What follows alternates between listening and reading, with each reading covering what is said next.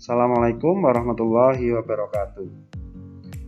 Anak-anakku kelas 4, bagaimana kabar kalian hari ini? Semoga semuanya dalam keadaan sehat selalu dan tetap semangat dalam belajar. Meskipun di tahun ini kita masih belajar dari rumah karena mengingat situasi pandemi. Oke, Mister mau tanya, apakah kalian sudah mengerjakan tugas pada pertemuan kali ini? Ya, bertemu dengan Mister pada pelajaran ilmu pengetahuan alam, di mana ilmu pengetahuan alam bisa kalian dapatkan di tema 1, subtema 1, buku 4A Indahnya Kebersamaan. Di dalam mata pelajaran IPA, kita akan membahas tentang bunyi, di mana nanti kalian akan tahu apa itu bunyi. Sebelumnya Mister mau bertanya, apakah kalian saat bangun pagi mendengarkan suara azan subuh? Siapa di antara kalian yang saat mendengarkan azan subuh langsung bergegas untuk bangun dan mencari air wudhu untuk sholat? Nah, Mister harapkan anak-anakku kelas 4 bisa sholat subuh berjamaah di rumah bersama orang tuanya. Nah, kalian saat mendengarkan azan subuh berarti kalian sudah mendengarkan bunyi. Lalu, apakah kalian juga mendengar suara kokok ayam di pagi hari? Nah, kalau kalian mendengarkan, berarti kalian juga sudah mendengarkan bunyi. Apa itu bunyi? Bunyi adalah getaran yang ada di dalam udara yang dihasilkan dari sumber bunyi. Bunyi merupakan suatu bentuk energi yang dapat didengar. Macam-macam sumber bunyi. Sumber bunyi adalah semua benda yang dapat menghasilkan bunyi. Tentu saja, semua yang ada di sekitar kita yang dapat menghasilkan bunyi disebut sumber bunyi. Misalkan, gendang. Gendang merupakan sumber bunyi. Cara menghasilkannya yaitu dengan dipukul. Contoh yang lain adalah biola. Biola juga merupakan sumber bunyi yang cara menghasilkan bunyinya digesek. Nah, kecapi.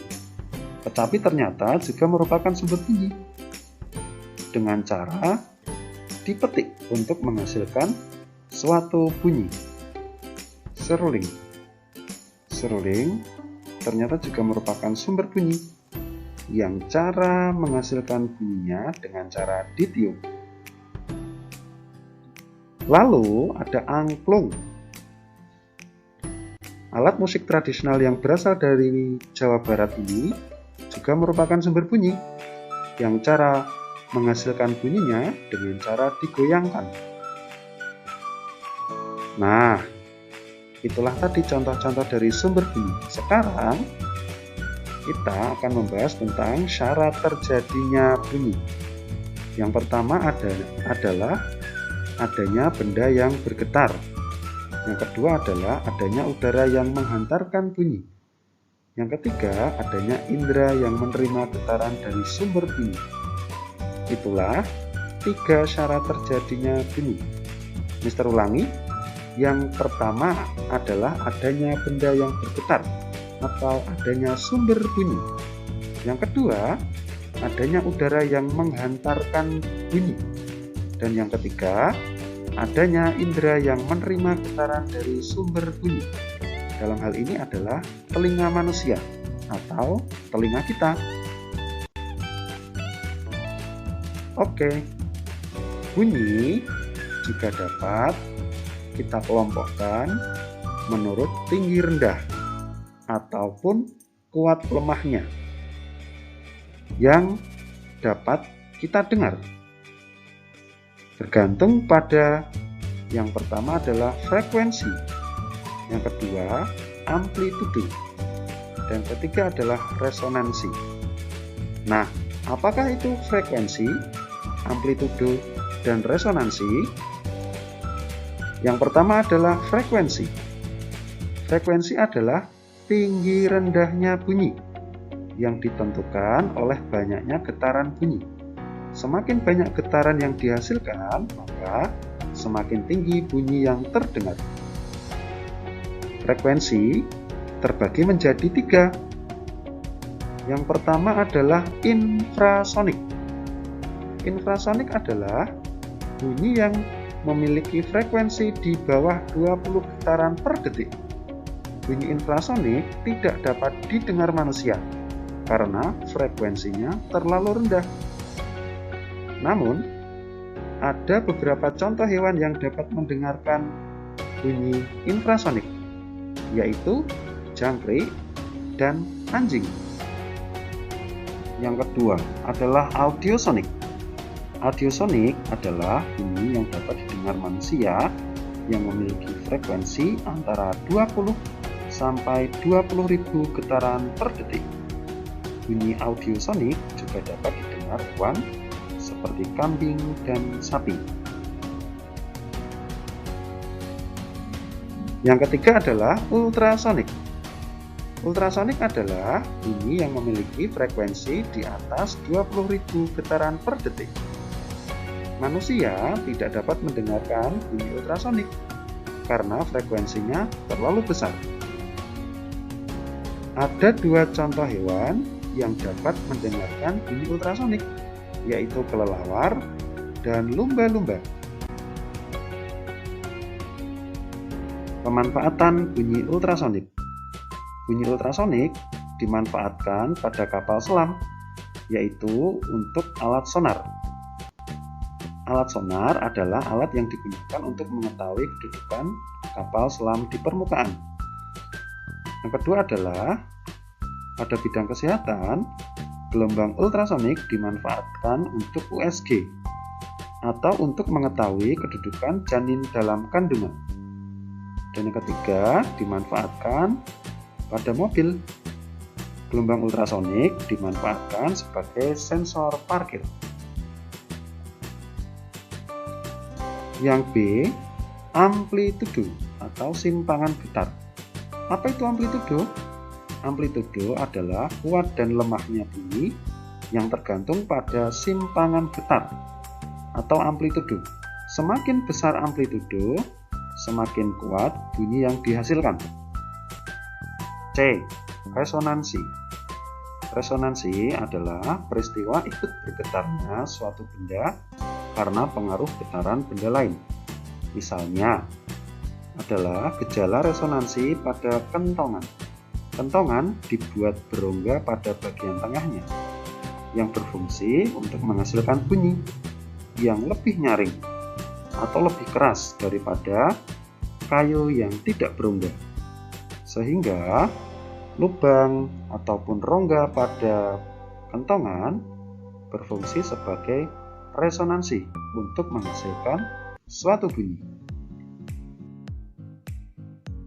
Resonansi juga dapat dimanfaatkan pada lempengan-lempengan logam gamelan yang cara memainkannya dengan cara dipukul. Maka getarannya menyebabkan udara yang ada di bawahnya ikut bergetar atau beresonansi. Akibatnya akan menghasilkan bunyi yang lebih keras. Yang selanjutnya adalah resonansi yang terjadi pada alat musik tiup. Apabila kita meniup sebuah seruling, maka kolom udara di dalamnya akan beresonansi, sehingga akan menghasilkan suatu bunyi. Nah, resonansi ternyata juga mempunyai beberapa kerugian. Kerugian akibat resonansi yang pertama yaitu bunyi pada ledakan bom yang dapat memecahkan kaca, walaupun tidak terkena ledakan secara langsung. Yang kedua, yaitu pada getaran yang ditimbulkan oleh kereta api yang secara terus-menerus dapat merusak bangunan. Nah, demikian tadi penjelasan tentang bunyi di tema 1 subtema 1 buku 4A. Mister mau tanya, apakah kalian sudah mengerjakan tugas? Tugasnya yaitu adalah mengerjakan buku paket 4A halaman 11 nomor 1 sampai 5. Di mana ada 5 soal. Yang pertama adalah jelaskan apa yang dimaksud dengan frekuensi. Yang kedua, apa saja jenis-jenis bunyi berdasarkan frekuensinya. Yang ketiga, apa yang dimaksud dengan amplitudo. Yang keempat, jelaskan pengertian resonansi. Dan yang terakhir, jelaskan keuntungan dan kerugian peristiwa resonansi. Oke, kita akan bahas satu persatu. Yang soal yang pertama, jelaskan apa yang dimaksud dengan frekuensi.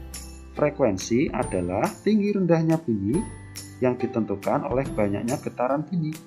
Semakin banyak getaran yang dihasilkan, maka semakin tinggi bunyi yang terdengar. Pertanyaan nomor 2. Apa saja jenis-jenis bunyi berdasarkan frekuensinya? Ada 3. Yang pertama, infrasonik. Yang kedua, audiosonik. Yang ketiga, ultrasonik. Pertanyaan yang ketiga yaitu apa yang dimaksud dengan amplitudo. Amplitudo adalah kuat dan lemahnya bunyi yang tergantung pada simpangan getar atau amplitudo. Semakin besar amplitudo, semakin kuat bunyi yang dihasilkan. Pertanyaan selanjutnya adalah jelaskan pengertian resonansi. Resonansi adalah peristiwa ikut bergetarnya suatu benda karena pengaruh getaran benda lain. Soal nomor 5, jelaskan keuntungan dan kerugian peristiwa resonansi. Keuntungan, yang pertama, dimanfaatkan dalam penggunaan rongga pada kentongan. Yang kedua, dimanfaatkan pada saat bermain gamelan, seruling, dan alat musik petik seperti gitar. Sementara kerugiannya, yang pertama, bunyi ledakan bom yang mengakibatkan pecahan kaca, walaupun tidak terkena langsung. Yang kedua, getaran kereta api yang dapat merusak bangunan di sekitarnya secara terus-menerus. Nah, itulah pembahasan soal pada BDR IPA hari ini. Apakah jawaban kalian sudah sesuai? Mister harapkan jawaban kalian sudah sesuai dan kalian sudah mengerti serta memahami materi bunyi pada pertemuan kali ini. Marilah kita tutup pelajaran pada hari ini dengan membaca hamdalah secara bersama-sama. Alhamdulillahirrahmanirrahim. Terima kasih atas perhatiannya. Saya ucapkan bila taufiq wal hidayah. Assalamualaikum warahmatullahi wabarakatuh.